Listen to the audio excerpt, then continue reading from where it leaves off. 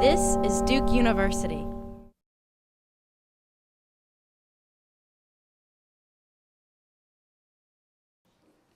So let me begin my opening comments this year with a gesture to last year's Feminist Theory workshop, and to mark that one of our keynote speakers last year has since passed away.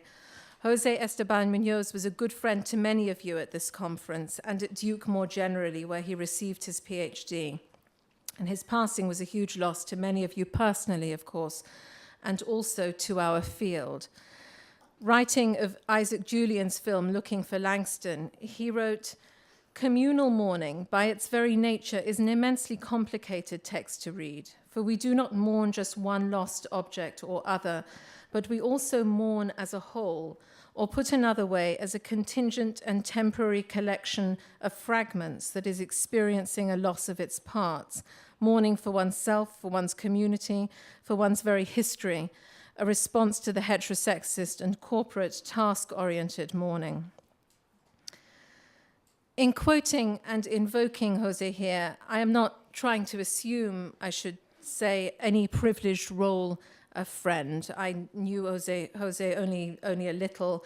We had met just a few times, but we're not in that realm that one might call friendship.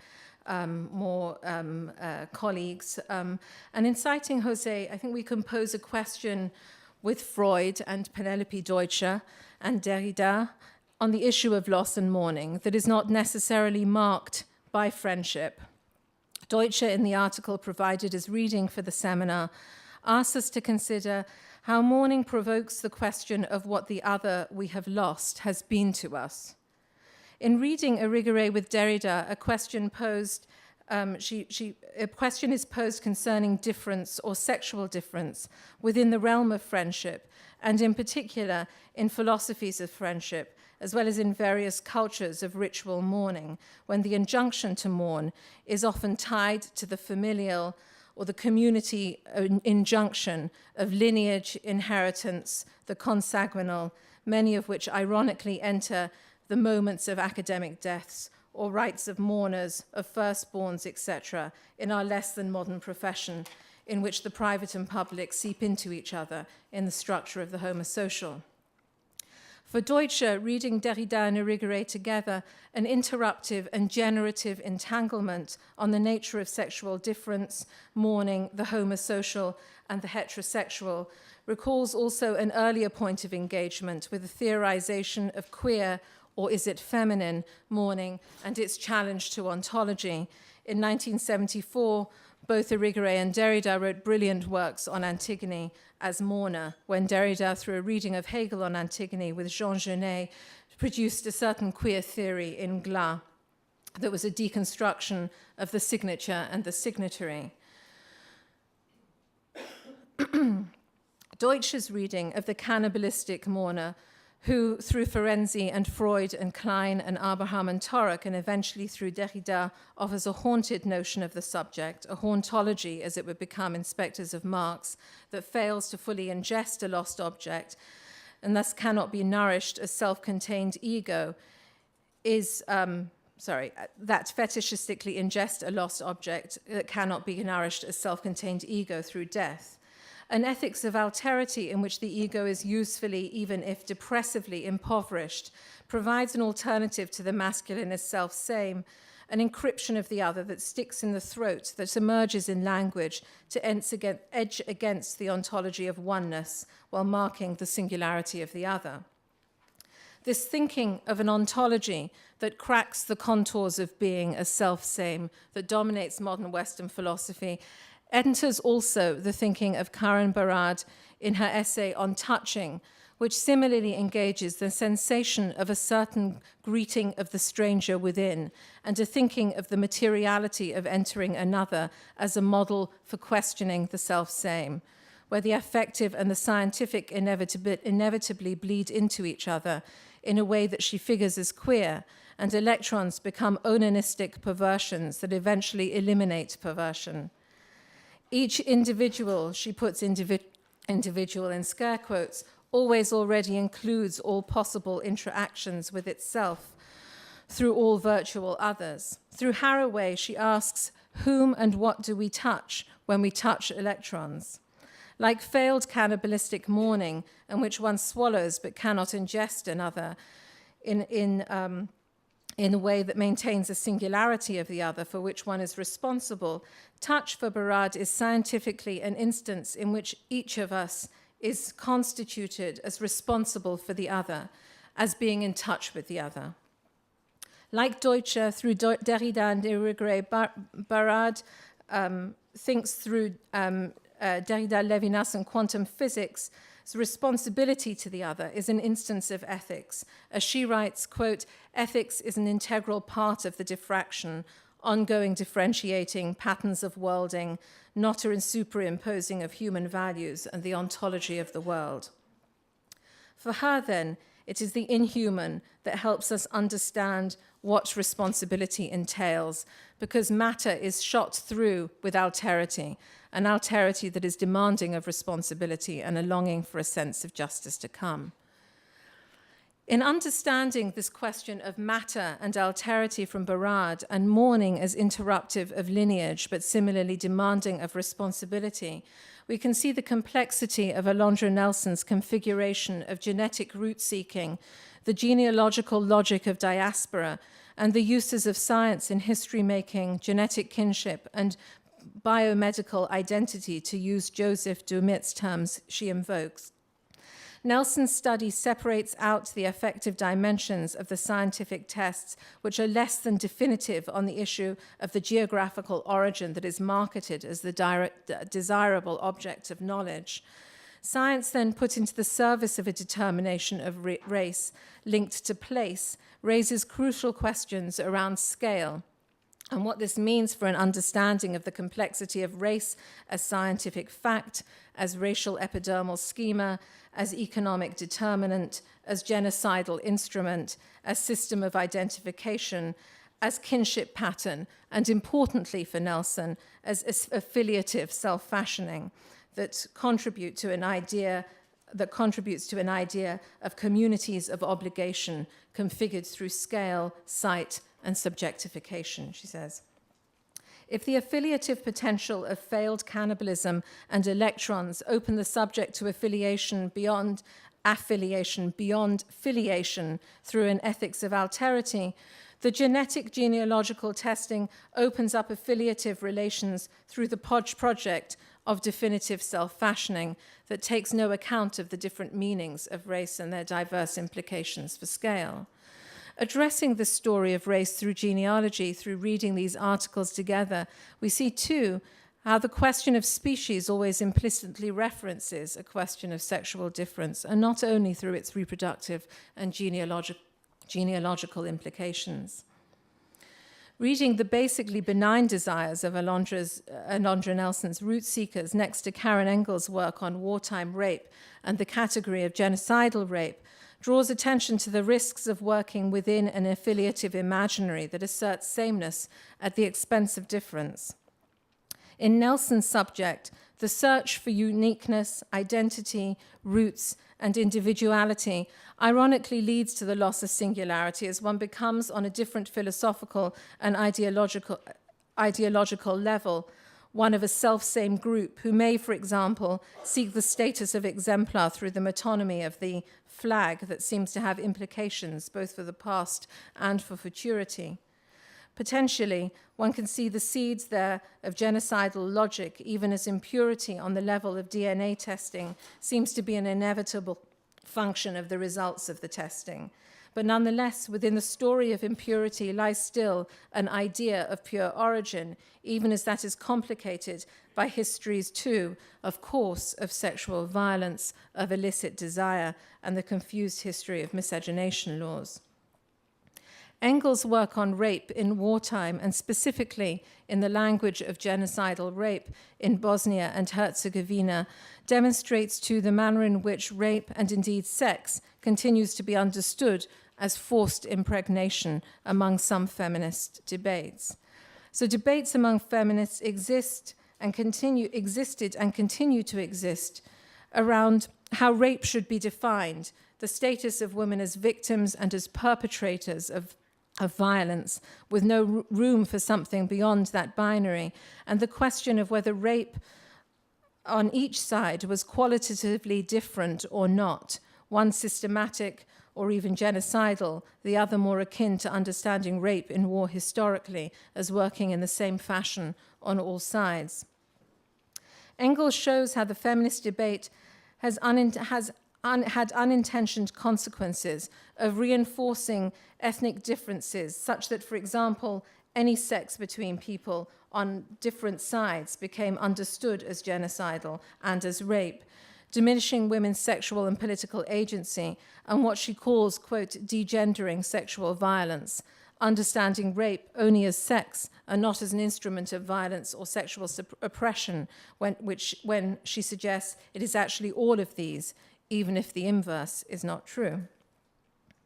In many ways, Engels implicitly asks how we may come to understand who and what is the subject of law beyond the constraints of an idea of a universal rights-bearing citizen and beyond a static notion of difference that precisely evades the complexity of what a difference and a singularity may be in a necessary effort to arrive at some generalizable principles for justice.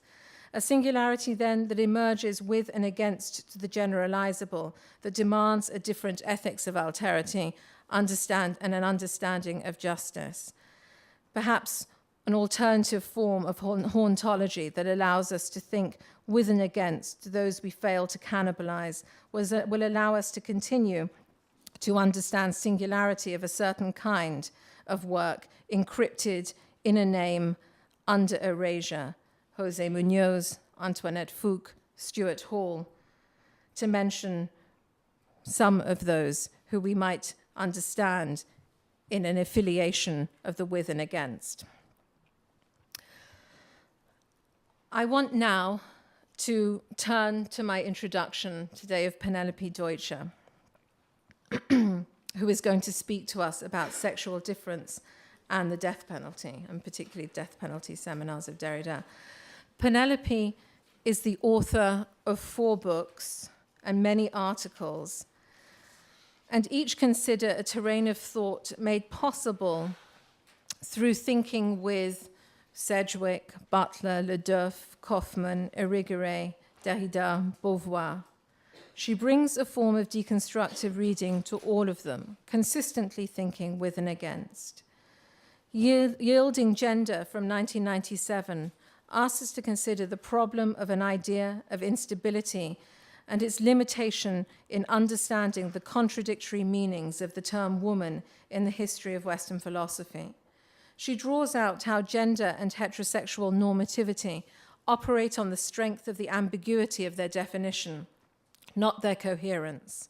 Yielding Gender also speaks to the work of Janet Halley, who, she writes, examines the incoherence at the root of US legal judgments that describe homosexuality as at once non-volitional and inherent abnormality, and simultaneously dangerous for the putatively non-heterosexual. Instability rather than stability shape the power of the legal systems, and in her reading, that effectively create the fantasy of stability. Incoherence of definition is paradoxically, one might say, untroubling to homophobic law, and it is stabilized within that. What then, one might ask, does this imply for our understanding of reason in relation to instability, and how phantasmatically is it produced into existence with detrimental effects and also some useful ones? Her book, The Politics of Impossible Difference, turns bravely to the late work of Luce Irigaray. She characterizes following Irigaray herself, she characterizes 3 phases of the Irigaray project. Following Irigaray's own schema, the first is decentering the dominance of a masculine perspective. The second is mediations that could allow for feminine subjectivity. And the third, the construction of intersubjectivity such that sexual difference is respected. She shows how Irigaray, rather than being an essentialist, forces us into an understanding of the poverty of a politics based on recognition rather than difference. Her Granta book, How to Read Derrida from 2005, really provides a very compelling introduction to Derrida. She comes close to achieving what seems like an impossibility in some way, a primer that makes use of Derrida's methods on him himself through the reading of passages rather than simply providing summary conclusions. Her 2008 book, Philosophy of Simone de Beauvoir, in her 2008 book, Deutsche draws out the theorization of an ethics in the writing of Beauvoir, such that the givenness of ontological ambiguity becomes the starting point of the givenness of ethical choice. She shows how Beauvoir defends opening oneself to vulnerability, opening up questions, not only from the ethics of ambiguity, which obviously carries that idea in its title, but also from even less read works like Must We Burn Sade. Offering a critique of Beauvoir, she also asks us to maintain an interest in the implicit questioning of precarity, vulnerability, and ethics that she nonetheless pursues. Penelope is professor of philosophy at Northwestern University. She's the recipient of many grants and awards and has written numerous articles.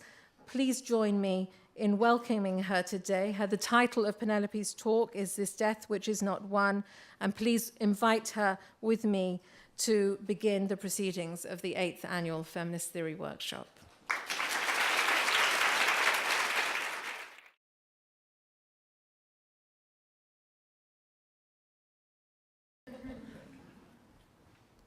Yep.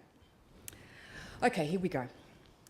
You might know or recall that in Derrida's work, there is, as he says, always the telephone. And so it is in his 1999 to 2000 seminar, The Death Penalty. And here he's describing a scene from Clint Eastwood's film True Crime. The phone call from the governor interrupts the execution in process, saves the innocent one, with all the suspense that you can imagine of the cinematic exploitation, which shows all the operations, all the moments of the progression of the fluid, the phone call at the last second, for there's always a telephone today that links, like an umbilical cord of life or death, so an umbilical cord of life or death, the place of an execution to the executive power of the sovereign, here that of the governor, who can grant a pardon or interrupt the execution up to the last minute. So the image turns into that of an umbilical cord, which is not one, in a film representation of an execution, which turns out not to be one, linking a figure associated with a type of sovereign power, in this case linking an American governor with a place of execution. My question is this: what might we say has taken place in Derrida's work as he turns to such scenes? For Derrida, as for recent writers such as Wendy Brown and Judith Butler, sovereign power is always associated with phantasmatic components, but no less ruthless nor deadly as such. Aspirations to power over life and death, to theological lightness, unquestioned sources of authority, power to the possibility of such decisions. Derrida, as Brown has written, has characteristically shown that sovereign claims are also predicated, dependent, internally divided, vulnerable, not sovereign at all. But for all three writers, Derrida, Brown and Butler, any of the ways in which one might offer an account of the deconstructibility of sovereign decisions is not to minimise, to the contrary, the account of their violence or their capacity for the murderous. And so it is with the concurrent deconstructibility of the moment of death, described by Derrida in the Death Penalty seminar, suspended, as he stresses, it is, for example, between the termination of the heart, the breath, or the brain, and what he describes as a sovereign claim to decide on someone's precise moment of death. So he relates together that sovereign pretension with the undecidability of the moment of death. As someone who's worked for some time with the resources of Derrida and Foucault, I'd like to think this afternoon about the recent publication of Derrida's Death Penalty seminar as offering an opportunity to revisit their relationship, and their ongoing resources for thought, especially those which might arise unexpectedly, I think, from the proximity of both, while also not properly belonging to the resources of either. That's what I'm going to try to propose today in a reading. For you might have already noticed, perhaps, that in Death Penalty, Derrida touches upon one of the foremost associations of sovereign power elaborated by Foucault. In the latter's case, in a differentiating comparison with the formations of biopower. Derrida speaks to the death penalty as the sovereign decision of a power, a sovereign political power, which thereby signals its sovereignty, its sovereign right over souls and bodies, and which in truth defines its sovereignty by this right and by this power over the life and death of subjects, he says. This is how the essence of sovereign power as political, first of all, theologico-political power represents itself as the right to decree and to execute a death penalty or to pardon arbitrarily, sovereignly. So a first step into the death penalty seminar might see a context for thinking Foucault and Derrida together in their exploration of this kind of expression of sovereign power. On the other hand, some of Derrida's long-standing resistances to Foucault also seem to manifest again. If Derrida manifests a characteristic form of encouraging praise, advising a full rereading of Foucault's Discipline and Punish in its entirety, he says, as indispensable, and then 2 years later there's Derrida advising in a similar tone a return to history of sexuality. There's an oscillation between that warmth and an ongoing wariness, which seems ill-attuned in its grounds, for one thing, and oddly late in its preoccupations. To Foucault's well-known aside in History of Sexuality 1 that, quote, he might have taken up the example of the death penalty, Derrida would respond, he responds to that comment in Beast and Sovereign in 2001, and he responds that even if it's true that a growth in importance and possibility of biopolitics might sometimes have amounted to a decrease in the significance or the prevalence of the death penalty, says Derrida, what then? He says, you should read closely. There he is with his advice to be rereading Foucault closely. You should reread Foucault closely. It's always a should. You should. Concerning sovereign power as power of life and death. In the first volume of the History of Sexuality, you should read the last chapter entitled Right of Death and Power over Life. That's where you'll find the austere monarchy of sex that I tried to interrogate and interpret, he says. That's where you'll find an analytic of sexuality that supposedly followed on from a symbolics of blood. So that's where you'll find an analytic of sexuality that supposedly followed on from a symbolics of blood. In passing, Foucault declares that he could have taken at a different level the example of the death penalty. So it's a citation from Discipline and from History of Sexuality, sorry. So he does not take it, continues Derrida, but he explains that he had, and if he had, he explains that if he had, he would have related the decline of the death penalty to the progress of biopolitics and a power that gave itself the function of managing life. And it's here that Derrida responds, supposing that things are this way and that some decline of the death penalty is principally to be explained by the new advent of biopolitics, which Foucault dates to the end of the classical age. We have to wonder what politico-juridical consequence should be drawn. So let's say that that would have been Derrida's question, but even that question gets distracted by a long-standing debate about linear models of power and history, as if Foucault simply would have it that the one-time importance in modes of sovereignty had been progressively replaced by the greater importance, efficiencies, inclusiveness and saturations of discipline, governmentality, biopolitics and security. In Beast and Sovereign, Derrida ascribes to Foucault that temptation of linear history, the image of the threshold, the image of a modernity that comes after the classical age, the epistemes that follow on from each other and render each other obsolete. So that would have been Foucault's temptation.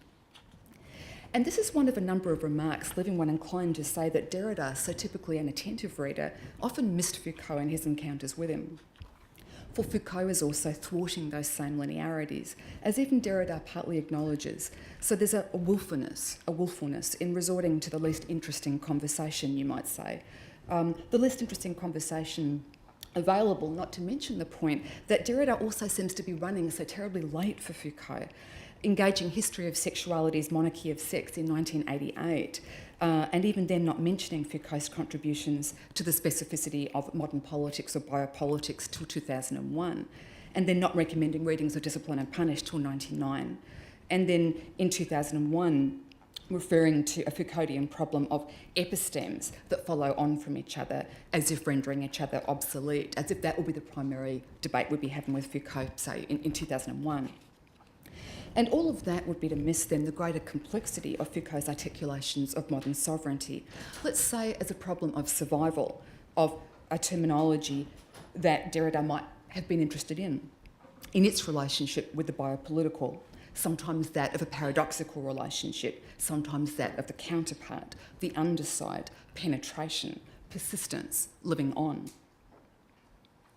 Catching the term threshold, but missing the term persistence, Derrida swings back into proximity with Foucault, but I think misses him again. So let me take a moment closer to the outset of this talk than to the end, to say as clearly as possible how I think Derrida and Foucault might nonetheless almost catch up with each other in thinking about the death penalty. I'm going to suggest that we think of them as linked by the umbilical cord with which I started, the complex interconnection between the pretensions of sovereign power and powers over life and death. But since that umbilical cord was, as you recall, not one, I want to think about the way in which it's also analogical umbilical cords and, appropriately enough, analogical maternities, which become powers of life and death and which come to link Derrida and Foucault. So first, I'm going to follow these cords by starting with the fact that for Derrida, and not for Foucault, maternity, an analogical maternity, is important in the history of some arguments for the abolition of the death penalty. And I'll later come back to the point that, reflecting on arguments about punishment, one respect in which Derrida and Foucault come into proximity concerns their scepticism about a form of progressivist, abolitionist argument which associates reform with the promises of enlightenment, teleology, progress, reason, the aspirations of civilization, the human, as opposed to what's contrasted, those unenlightened forms of incarceration and punishment associated with images of barbarism, inhumanity, the extremes of cruelty. It's here that Derrida makes a claim that we'll not find in Foucault. That's my claim. The proposal that sexual difference is never far from abolitionist discourse about the death penalty.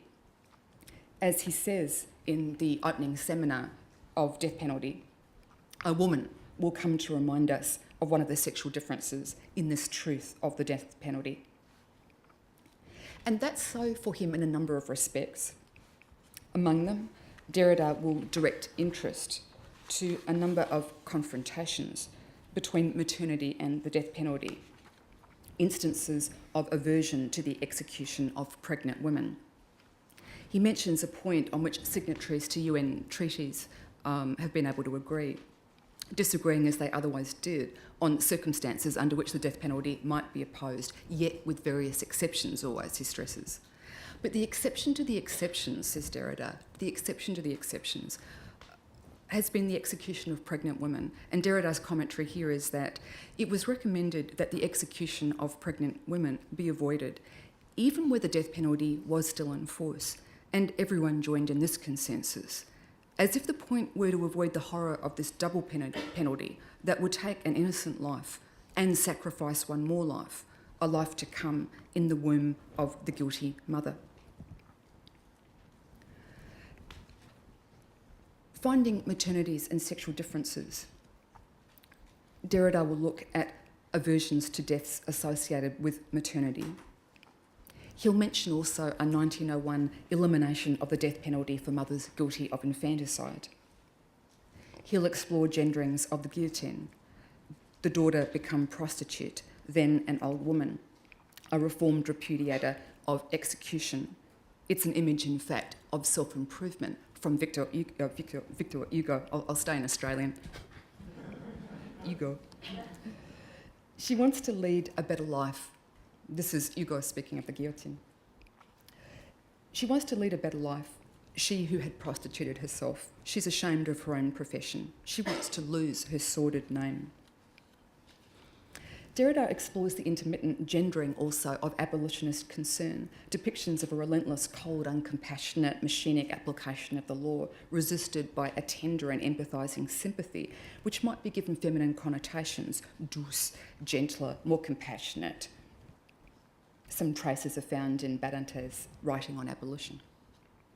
And all of this is a kind of attention, a kind of way of reading for which it's Derrida and surely not Foucault who is particularly apt methodologically. It's true, I think. On the other hand, what I plan to suggest is that Derrida also finds another aspect of sexual difference in play, about which it's actually Foucault who I think had more to say, more than Derrida in some respects. I hope to develop this encounter in that direction by continuing to follow fairly closely Derrida's discussion of Hugo's arguments for abolition. My suggestion is that Derrida confronts a phenomenon in terms which would prompt me, but didn't prompt him, to turn to Foucault.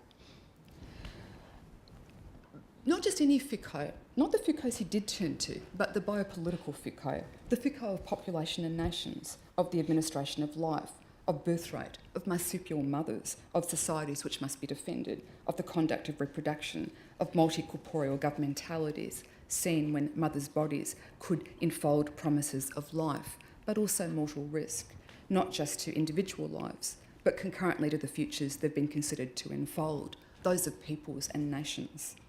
This would, in other words, be to think about the resources that Foucault offered, to think the resonances and implications of material that Derrida described as sufficiently abyssal as to hold his attention for years to come. And it could be said that it needed the resources of that term to which Derrida seems to have been so peculiarly averse, the biopolitical. At the same time, they were analytical possibilities that I think he encountered more directly when he considered what you might call a non-Foucauldian problem, so to speak, implications of the sexual difference around the death penalty. And so to move on.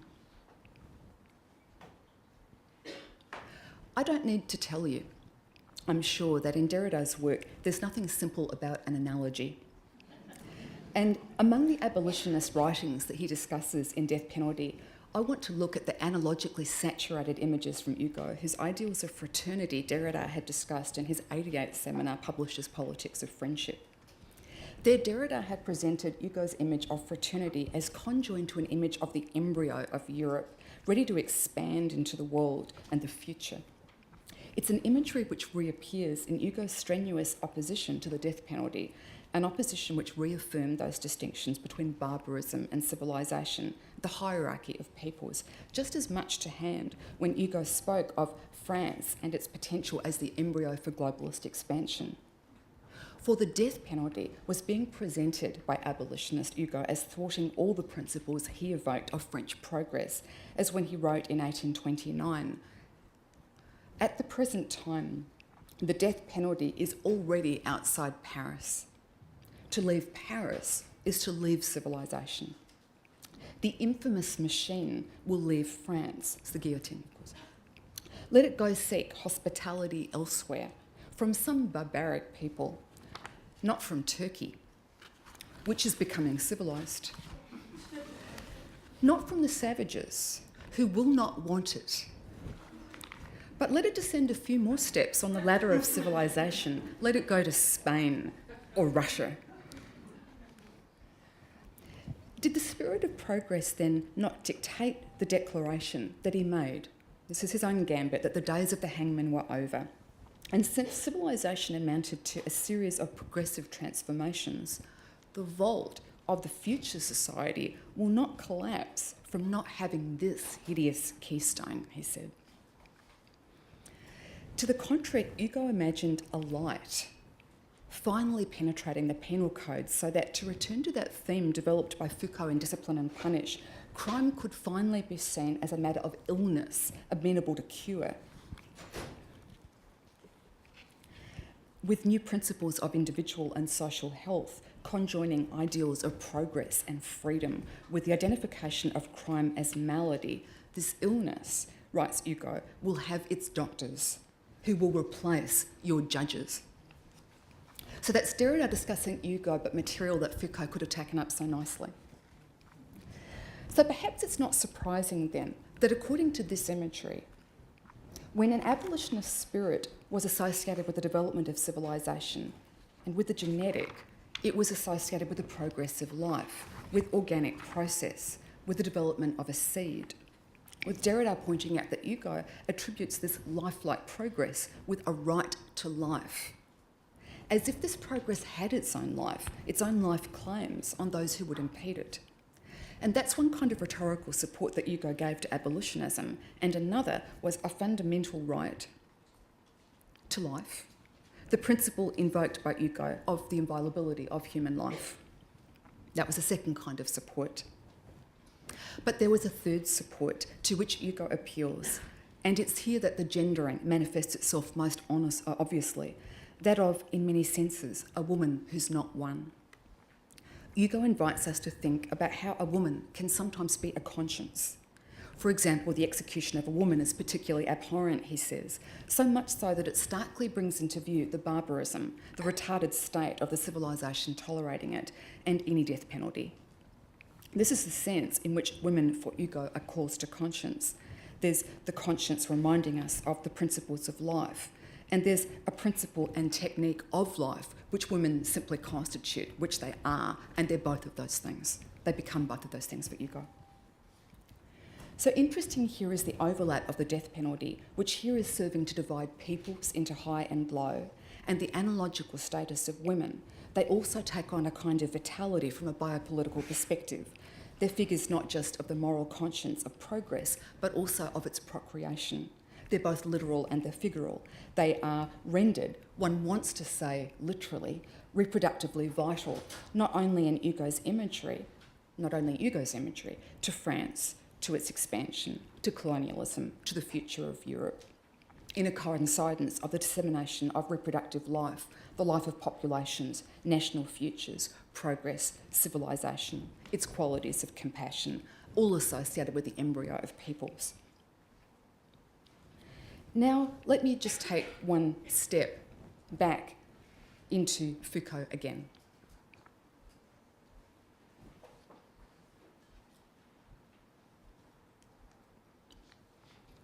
For Foucault, you'll recall, it's the seeming transition of sovereign powers, decisive and spectacular powers over life and death, to the more efficient and distributed, optimising administrations of life, understandable as biopower, which seem to produce a new kind of scandal or contradiction with the death penalty.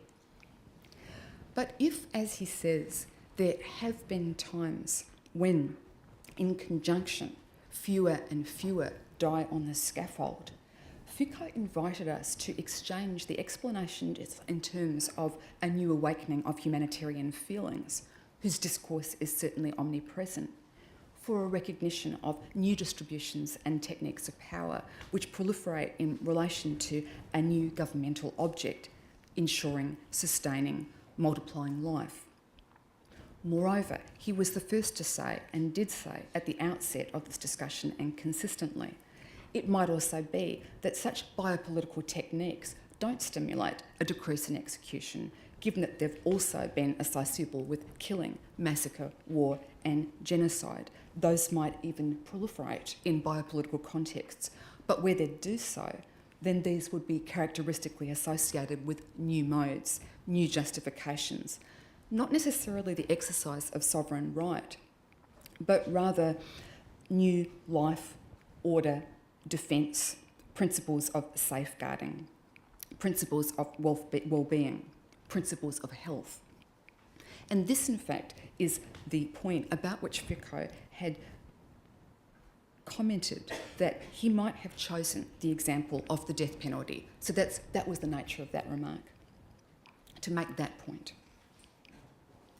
Now, what interested Foucault is that these might be the very same principles which manifest in reform and arguments for abolitionism. And what then, we can ask, is the example to be found in Hugo? It's the image of civilization's retardation by the death penalty in an emblematically abhorrent execution of the woman associated with reproductive life.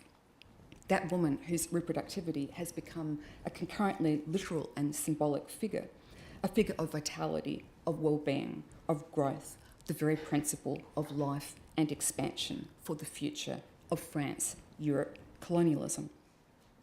In this image, it's as if all the women are potentially pregnant with the future of all of Europe, all of civilization itself, as if all the women can be thought in terms of an umbilical cord, securing in all these senses life, countering a threat of death which is ever lurking or decline to population, peoples, colonialism, civilization, collective and expansionist futures, life, embryos, given all these senses.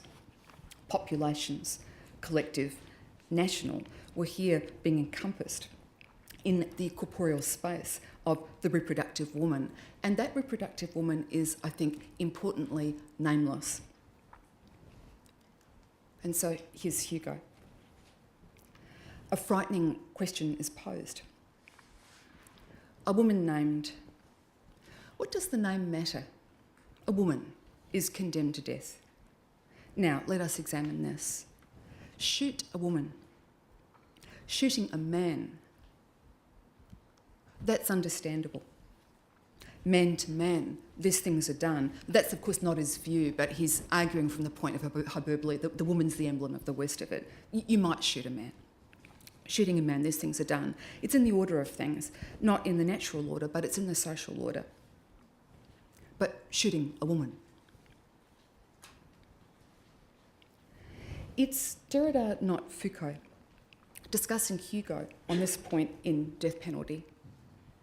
But isn't it Foucault in the Collège de France lectures from 73 to 8 who considered these curious temporalities and compressed corporealities that biopoliticised populations and their reproductivities, aims, securities, spaces and logics become? Once in a lecture, Foucault observed the interest in the conduct of women's bodies as both individual responsibilisation of breastfeeding and massifying concern about the collective tendencies or rates of breastfeeding in populations. At length, he thought about children's bodies made as subject of harm and as concurrently vector of harm to collective vitalities, futures and nations, populations, peoples, as children and their parents, more specifically mothers in fact, assumed what he called a biologico-moral responsibility for staving off individual, collective, national and futural deaths and decline, variously understood from less than optimal upbringing associated with an individual's early death or sapped vitality. And concurrently, it's the same thing, and this is the point, with the sapped vitality of a population. The transmissions of degeneracy that he discussed, these images into the seventh generation, the counter-images of nervous or hysterical women as bad mothers, and most importantly, as Foucault names it once in History of Sexuality, the feminine body's organic communication with the social body, whose regulated fecundity it was supposed to ensure. That's a passage from History of Sexuality. He described these individual bodies as enveloping the life and the death of peoples and populations.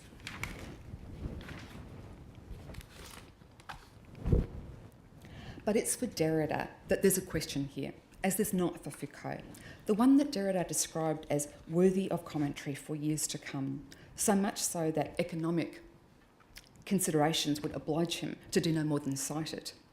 And that was the passage referring him to his earlier discussion of Hugo in Politics of Friendship, and it arose when the death penalty brings Hugo, and not a few others, to confront the question of, quote, the mother, the woman, and sexual difference. The passage is Hugo's case against the death penalty as manifesting in shooting a woman. I think the problem confronted here belongs not exactly to Derrida. It's the biopolitical interest in life which seems to make the death penalty less plausible. And I think the problem belongs not exactly to Foucault. Now it's sexual difference, which is sent to inflect that very implausibility in the overlap of the biopoliticised woman as a new kind of principle of life whose long-standing association with reproductivity takes on new significance as power and its modern techniques, quote, takes charge of men and women as living bodies. Rather than, I like to think that the problem is dislodged in an unexpected space that widens out and is framed or elaborated by Foucault and Derrida. It could be seen as a place arising from points of proximity between them. It could be seen as arising also from repulsions between them. I think a problem is dislodged from Derridian and Foucauldian resources in a way that one imagines neither of them anticipating, and that's not part of a conversation between them that one can easily imagine. I think then, to put it another way, that the umbilical cord mentioned by Derrida, linking an execution to a sovereign who can deliver life and death, and that other umbilical cord, which allegorically allows the woman to become the emblem of the abhorrence of the death penalty, its impediment to the progress of life, and its expansionist biopolitical future. I think those are two umbilical cords that can hold together the analyses of Derrida and Foucault.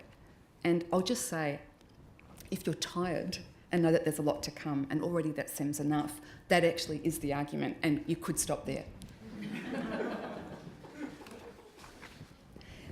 In the remainder of this paper, I'm just going to make that same argument with just a little bit more detail, but that's more or less it.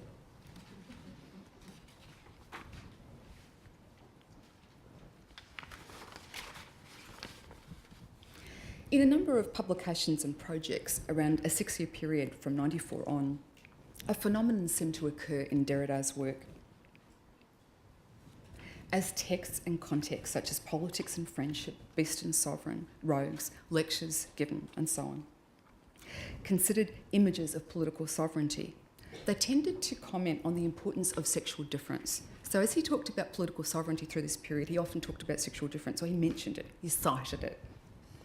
At the same time, because the problem that would have taken him decades, and what do you do faced with that kind of economic problem? You cite something, you name it, you say it.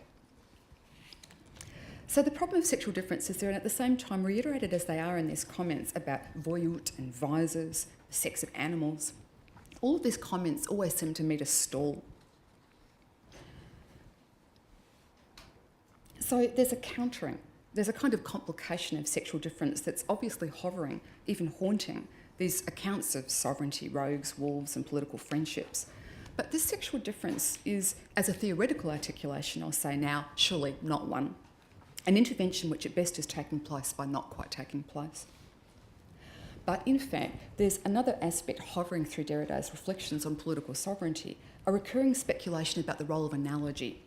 Whether he's discussing the analogies between friendship and political union in Politics of Friendship, between fraternity and political union in that work and also in Rogues, between sovereigns and rogues, whether it's the analogies between beasts and sovereigns in his seminar of that name.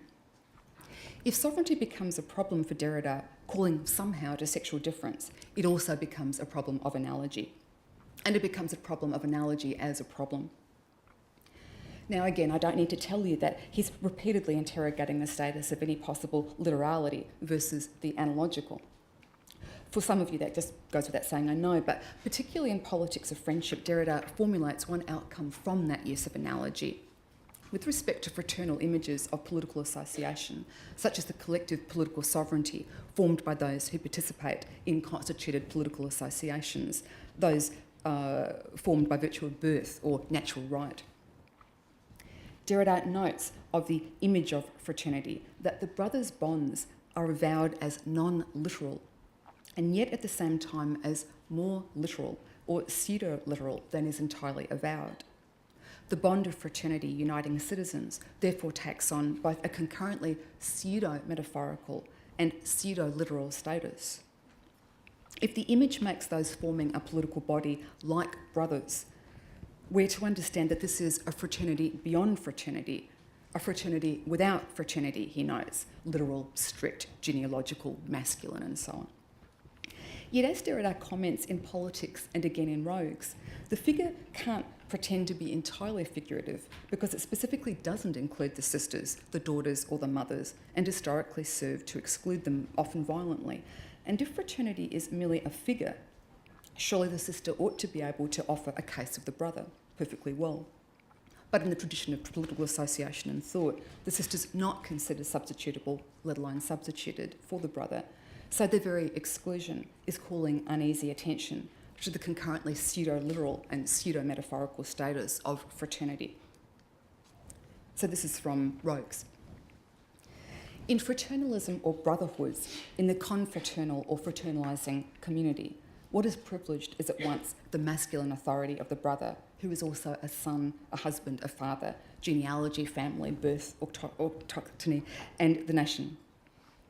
And any time the literality of these implications has been denied, for example, by claiming that one was not speaking of the natural and biological family, says Derrida, as if the family was ever natural and biological, or that the figure of the brother was merely a symbolic and spiritual figure, it was never explained, Derrida's continuing, why one wished to hold on to and privilege this figure rather than that of the sister, the female cousin, the daughter, the wife, or the stranger, or the figure of anyone or whoever. So we see, I'm going to suggest, a similar phenomenon of putatively non-literality possessing a complex pseudo-literal status that's concurrently disavowed, repeating in the images that I've discussed here, relating maternity, national unity and birth. The nation and its constitutive bonds are given the metaphorics of birth when Hugo's humanity as a nation refers not only to the fraternal continent, to man as brother, to the embryogenesis of the French nation of the future, but also describes the colonialist glory of the French nation radiating over all continents like a family. The references we earlier saw to citizens being born to the nation of brothers who are collectively the fetus born of Paris, France, the mother, the nation, those images are analogical in just this concurrently pseudo-literal and non-literal sense. They intertwine, of course, with a biopolitical interest in the activity of mothers, in the reproduction of mothers. And so I want to recall here Foucault's reference to the woman's body placed in organic communication with the social body. Let's say that women come to guarantee as mothers and mothers, both the symbolic or analogical relationship between the brothers, but also what looks like a concurrently literal or pseudo-literal relationship. They're reduced to a maternal role when political arguments for the exclusion of women from the fraternity then refer to their invaluable maternal contribution to the nation. And if that is a maternity which is not one, in a fraternity which is not one, then Derrida might have wanted to suggest that that is possible because we've only always been dealing with an analogy which is not one.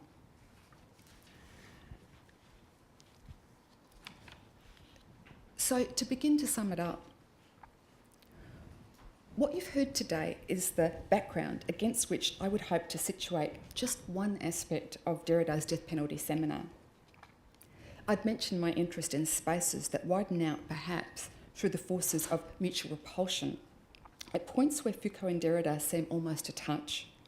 And let me mention just one more. Because it happens that death penalty takes up a problem confronted by Foucault.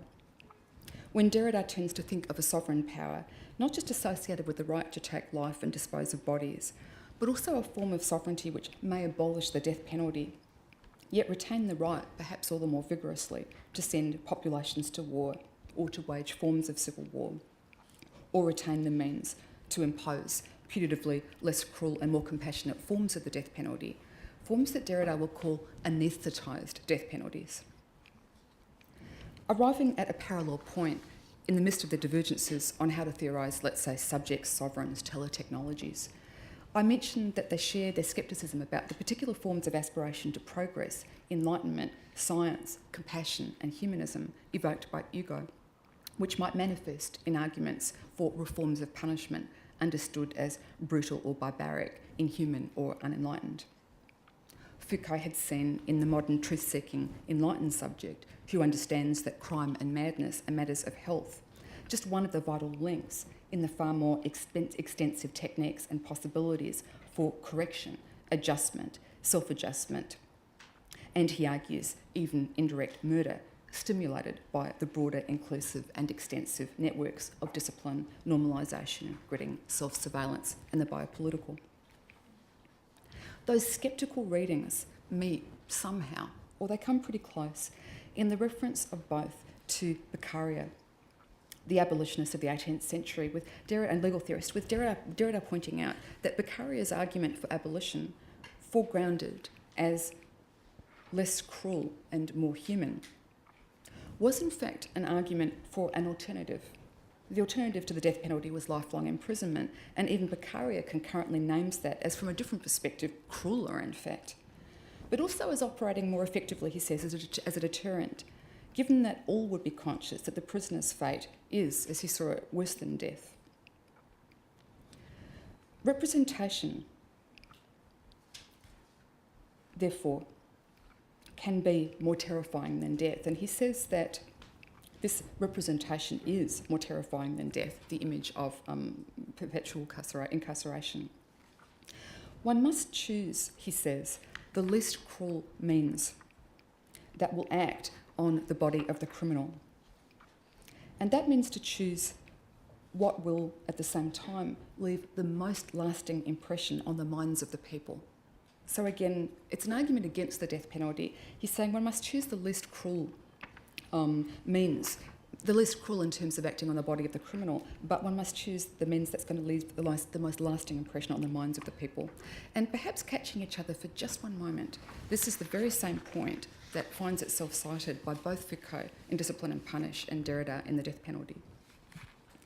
Now, for his point, Derrida takes from this point a route through the ever-conditional forms of abolitionism, noting how extensively death penalties might be challenged as archaic, brutal, primitive, cruel, ineffective, in a negotiation of extensive alternatives, exceptions, conditions and possibilities for death penalties, in lieu of unconditional opposition, which you never see, he argues, reminding, for example, that the 74 Furman versus Georgia ruling suspending capital punishment as cruel and unusual under the Eighth Amendment could, at the same time, allow the later reinstatement once its process could be claimed to comply with the Eighth Amendment. That is the approach to abolitionism that Derrida can generalise as the anaesthetised death penalty. And since he'll attend to arguments in the name of the progressive, of distance from what's othered, if not nationalised as brutal, savage and other, locating the principles of redivision, the demarcation of the archaic other, primitive, cruel and barbaric, the pre-European, to which the death penalty seems more proper, as belonging to another time or other cultures, uncivilised.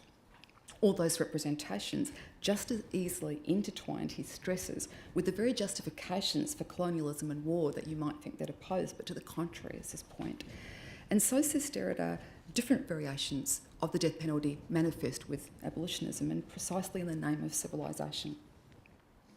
So he attends to the way in which abolitionism, so often in the name of civilisation, can leave the door open, not closed, to those anaesthetised versions of the death penalty, which might come to seem consistent with the pretensions to civilisation. In a number of ways, then, adherences and disadherences to death penalties become dividing principles, divisions of peoples. But what's that role played by Derrida's point? So characteristically his point that sexual difference is somehow at work in these concerns. It's here that in turning back to the politics of friendship and to that first appearance of Victor Hugo, we found that problem that in his way I suggested Foucault was also interested. So here are three principles developed by Hugo. They all concern progress and they all concern women.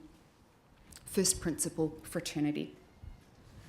Developing the theme of fraternity, Victor Hugo proposed an image of Paris, capital of fraternity, and it's here that Derrida, not Foucault, is interested, you might remember, in what seems to be a problem of analogy, birth metaphors. This is the image of the future that Hugo argues is gravely harmed by the death penalty.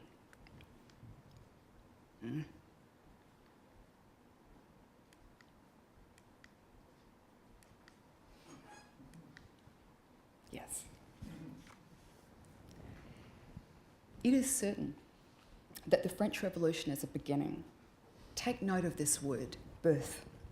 It corresponds to the word deliverance. O France, adieu. One separates from one's mother, who becomes a goddess, and you, France, become the world. Second principle is the principle of progress into the future. This fraternal continent is associated with the profound ovaries of progress. That's his image. Under the influence of this motive nation, the incommensurable fallow lands of America, Asia, and Australia, Africa, will give themselves up to civilising emigration. The central nation whence this movement will radiate over all continents will be to other societies what the model farm is among tenant farms. So here's the third principle, radiating expansion, growth. It will be more than a nation. It will be better than a civilisation. It will be a family. And the capital of this nation will be Paris. Here we see what Hugo also called, as you recall, that embryogenesis of peoples. And this was how a fraternity could be seen as the fetus of nations, connecting sexual difference in a number of ways with sovereign, biopolitical and colonial aspirations in those profound ovaries of progress of this fraternal aspirational image towards an open nation that Hugo promised, this is another citation, would welcome one day anyone who was brotherly. We saw why and how Derrida can claim that to name all this as fraternity will be to suppose the complex, simultaneously literal and analogical status of fraternity. So what happens here to women's reproductivity, and how can we understand that also as the principle of expansionism into the future? Most obviously, we can see that the reproductive here is not only a metaphor, so to speak, and that it comes into contiguity, in fact, I think unsurprisingly, with a number of rights claims. Abolitionist claims, to be sure, those we've seen, claims to freedom, but in the end also women's rights. Because it happens that Hugo was approached by an American-based group of women, American-based group of feminists, the Society for the Improvement of the Condition of Women, who in 1875 had written him to ask for an expression of support. And he responded affirmatively, agreeing that women indeed suffered in contemporary society, and he pointed out in support of the feminist cause. And who says woman? Says child. That is the future. It was considered important to the future of the radiating nation that Hugo imagined that women bore children, to be sure. But perhaps we could say that it's also as biopoliticised that women could become analogised figures. The biological space of bearing and raising the children was also a reworking of the times and spaces of their bodies, so that in reproducing they could be seen as bearing the political space of the future. Women were the children of the future because they were the mothers of the future. They unfolded the possible spaces of the future. Pursued by Derrida, that becomes a problem of claims which profit from a concurrent and very elaborate literal, pseudo-literal and analogical status, if we were willing to understand analogy in an infinitely complex way. But pursued by Foucault, it has to become a different kind of problem, one concerning the complex multiplicities of biopower, the intersections of discipline, the biopolitical, security, persisting forms of sovereignty, all stimulating bodies with differently multiple and elastic characters, enfolding individual and population promises and threats, of degeneracy, of fears and defences against multiple forms of death in life, so that reproduction, from conduct to birthrate, could also be colonial expansion, so that its conduits could offer both promise and harm to the future hopes of nations and peoples. And that's the organic communication between body and social body, okay, between body and social body, that I think you'll be the first to tell me isn't a problem of analogy in Foucault's work, so much as of material corporealities, which can both conflict and coincide as the many vectors of so many techniques of power. As he wrote of the many forms of governmentality, they could be multiple, they could superimpose, they could cross and impose their own limits, and sometimes cancel one another out, and sometimes reinforce one another. I think for Foucault, the intersection of reproduction, expansion, and the taking of life will become a complex interconnection of governmentality, of life in all of these different kinds of ways, ranging from the sovereign to the biopolitical. For Derrida, the problem of analogy, literality, and pseudo-literality, the deconstruction of the literal, which will remind us that life, biology, reproduction, genealogy is always a matter of différance. This is the Derrida who would remind us that there were no natural mothers, nor brothers, that a genealogical tie would never be simply real. This is a citation from Politics of Friendship, which I don't have. So this is the Derrida who would remind us that there were no natural mothers, no natural brothers, that, quote, a genealogical tie will never be simply real. Its supposed reality, he says, never gives itself in any intuition. It's always posed, constructed, induced. It always implies a symbolic effect of discourse. Is it a proximity or a repulsion to think here the Foucault, for whom the interest in reproductive space involves a number of multiplicities of bodies, masses and micropowers, family, institution, norms, gridded, comparative, inclusive, tracked aggregates of bodies, and bodies become organic masses, governed, predictive and securitised entities named populations, in that communication of body and social body? Is it the point of proximity where we see the specificity of resources of Derrida and Foucault, perhaps? The different senses in which a reproductive body could be at the same time an individual body, and a body enfolding the time and the space and the visions of the future of nations, of the French, expansionism, radiation, and the deaths threatening that expanded aspiration, and the mothers representing both that life and that death, and the mothers enfolding the organic masses of the populations. My suggestion's not that analogy is a particularly helpful term for Foucault, in the same way as it clearly is for Derrida, in thinking about what, in fact for both of them, is the biopolitical. But rather my suggestion is that what for Derrida becomes most intensely, I think, a problem of analogy, finds its point of closest conversation in the concurrently micro and macro spaces of a child, a woman, breastfeeding, scrutinising, marsupial or Malthusian mother, whose pregnancies are also birth rates, and bodily futures and national futures, those elaborated by Foucault. At this point of contact between Derrida's capacity to think the simultaneously literal and analogical, and Foucault's capacity to think together these multiple corporeal spaces and times which coincide and conflict, which jostle and enfold each other, is a form of materiality that they both articulate, and it's one in which I'm particularly interested. And that's it. Thank you.